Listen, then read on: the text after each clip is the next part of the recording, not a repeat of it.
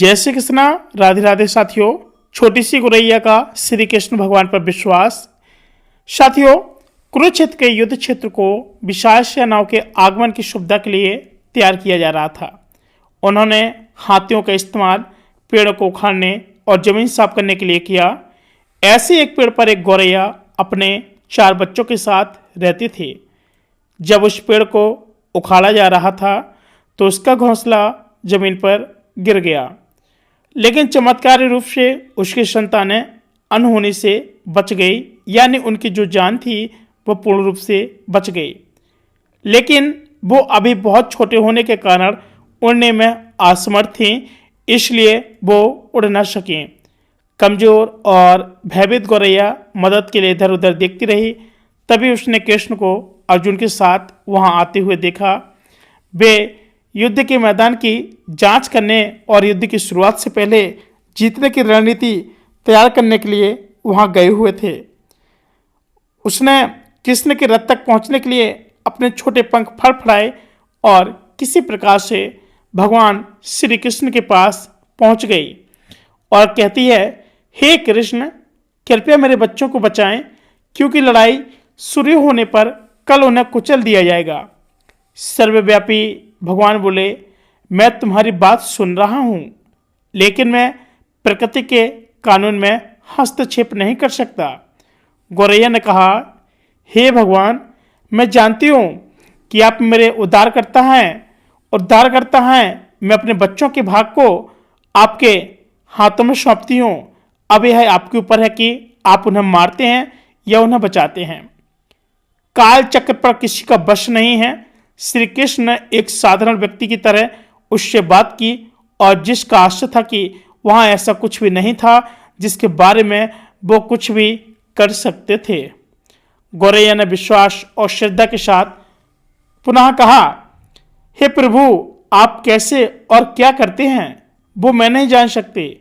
आप स्वयं काल के नियंता हैं और यह मुझे पता है। मैं सारी स्थिति एवं परिस्थिति एवं स्वयं को परिवार सहित आपको समर्पण करती हूँ। भगवान बोले, अपने घोंसले में 3 सप्ताह के लिए भोजन का संग्रह जल्दी करो। गौरैया और श्री कृष्ण के संवाद से अनभिज्ञ अर्जुन गौरैया को दूर भगाने की कोशिश करते हैं और गौरैया ने अपने पंखों को कुछ मिनटों के लिए फुलाया, फिर अपने घोंसले में वापस चली गई। 2 दिन बाद देखते देखते शंख के उद्घोष से युद्ध शुरू होने की घोषणा की गई और कृष्ण ने अर्जुन से कहा कि अपने धनुष और बाण मुझे दो। अर्जुन चौंका, क्योंकि कृष्ण ने युद्ध में कोई भी हथियार नहीं उठाने की शपथ ली थी। इसके अतिरिक्त अर्जुन का मानना था कि वह ही सबसे अच्छा धनुर्धर है। मुझे आज्ञा दें भगवान, अर्जुन ने दृढ़ विश्वास के साथ कहा। मेरे तीरों के लिए कुछ भी अवैध नहीं है। चुपचाप अर्जुन से धनुष लेकर कृष्ण ने एक हाथी को निशाना बनाया, लेकिन हाथी को मार के नीचे गिराने के बजाय तीर हाथी के गले की घंटी में जा टकराया और एक चिंगारी सी उड़ गई। अर्जुन ये देखकर अपनी हंसी नहीं रोक पाई कि कृष्ण एक आसान सा निशाना चूक गए। क्या मैं प्रयास करूं? उसने स्वयं को प्रस्तुत किया।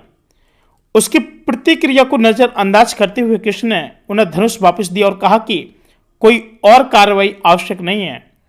लेकिन केशव, आपने हाथी को क्यों तीर मारा? अर्जुन ने पूछा। क्योंकि इस हाथी ने उस गौरैया के आश्रय उसके घोंसले को, जो कि एक पेड़ पर था, उसको गिरा दिया था। कौन सी गौरैया? अर्जुन ने पूछा। इसके अतिरिक्त हाथी तो अभी स्वस्थ और जीवित है, केवल घंटी टूट कर गिरी है। अर्जुन के सवालों को खारिज करते हुए कृष्ण ने उसे शंख फूंकने का निर्देश दिया। युद्ध शुरू हुआ। अगले 18 दिनों में कई जानें चली गईं। अंत में पांडवों की जीत हुई। एक बार फिर कृष्ण को अपने साथ सुदूर क्षेत्र में भ्रमण करने के लिए ले गए।